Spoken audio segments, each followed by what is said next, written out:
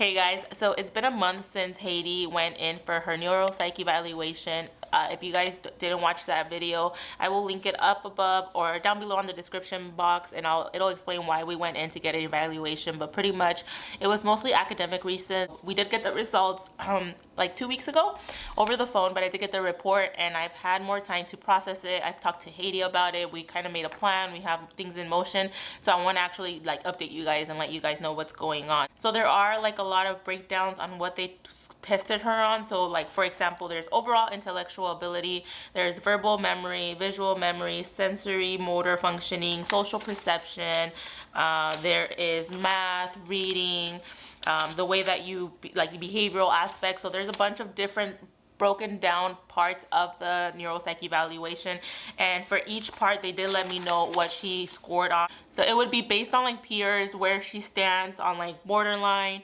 low functioning, high functioning range, or like a percentage, like 7th percentage kind of thing. Going through it, I realized that a lot of these are on the borderline range of being low or low functioning range. So what that means is that she does appear to be pretty behind compared to kids her age on like memory, visual memory, verbal memory, intellectual ability. She's on like the borderline range. So there is a lot that this says to me, and it does explain more. For example, like memory, I'll read you guys a little snippet. Haiti's verbal memory index is an estimate of how she can learn and recall both meaningful information and relatively rote verbal information. Her score fell in the borderline range of functioning. Her verbal recall skills are behind those of her peers. So that is like a snippet of what this report says, and there is a lot that we had to sit down and process.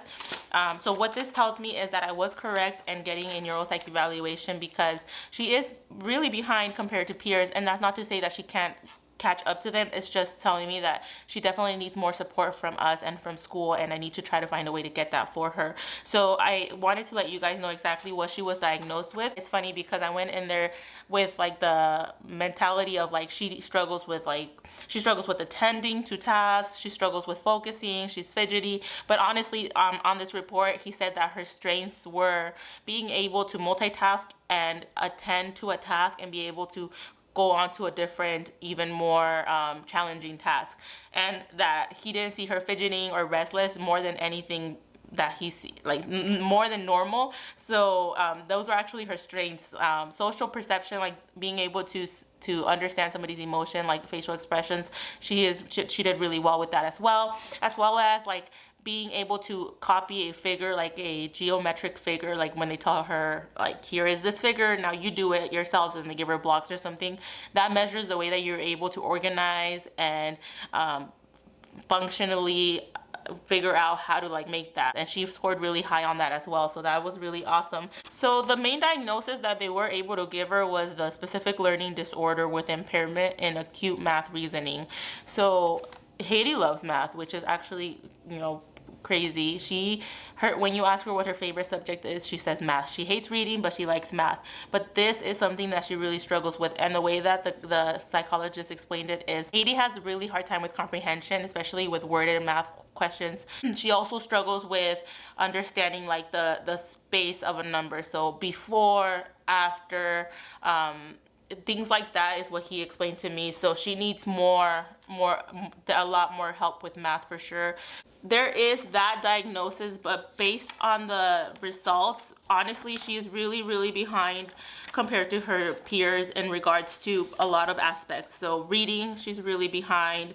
Math, she's really behind. And in her writing skills, she's really behind. So this report is going to help us to be able to assist her more. I am looking into tutoring. I am also looking into an IEP. The psychologist also recommended an IEP, and he recommended a lot of things that are going to be able to help Haiti with in regards to school. So for example, for memory, she may benefit from being allowed to retake tests that she has performed poorly on, and use her notes on quizzes and tests when deemed to be appropriate. I feel like now it's the start again of like the struggle of IEP. So I feel like this evaluation is going to be super helpful, because I already feel like they're going to take it a little bit more serious. I know that they have a bunch of stuff that they have to do as well, but but I really need to get started on getting those accommodations for her. I will let you guys know how that goes, of course. So another thing that he mentioned, based on like our conversations that we were having in regards to how Haiti gets a little bit overwhelmed during school or when she gets something wrong, he gave her a rule out of anxiety disorder, which means that they need more information, pending information gathered by other therapists. He wants to say that she might be having anxiety. That is basically because she is emotionally dysregulated when working on her assignments. So based on the evaluation report, they also said that she could benefit from cognitive behavioral therapy, which is pretty much therapy that helps her understand her emotions, helps her cope with like the stress of school, helps her understand what she's feeling and how she can work through her feelings. Because like I said before, a lot of times Haiti gets really frustrated and easily overwhelmed when being told that something's wrong. So if she's working on math problems and she gets them all wrong and we tell her, oh, you know, those are not right, let's go ahead and do them again, you can just tell the shift in her emotions. Like she kind of shuts down, she starts fidgeting more.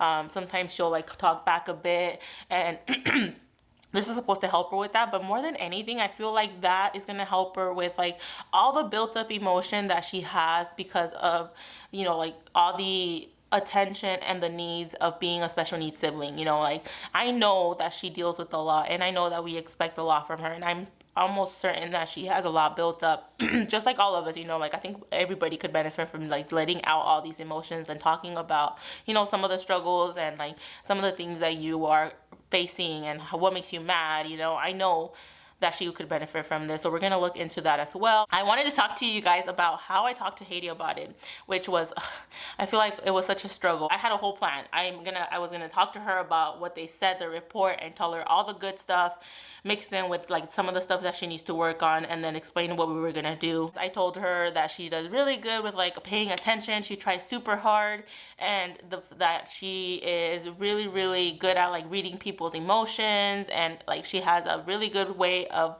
being able to follow directions. So I went in with that, and then I told her about some of her things that she struggles with, and I feel like she got really upset about struggling with math because she loves it, and the fact that she loves it should equal to being good at it. You know, like that's how she sees it. I explained to her that none of this is her, like anything that she's doing wrong. It's just how me as her mom, I'm gonna help her.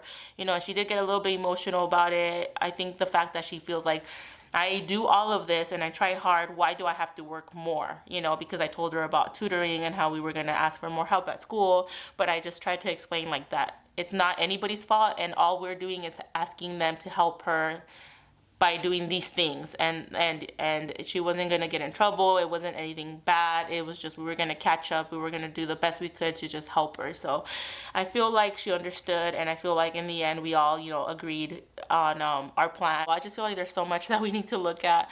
2021 is gonna be a crazy year, and I am just here thinking, how am I gonna do it all? Hopefully all of this made sense. Let me know if you guys have any questions, and I'll definitely answer them either in a comment or in another video. So thank you guys for all of your sweet comments and you know, encouragement. I really appreciate it, and yeah, we'll see you guys in the next one. Bye.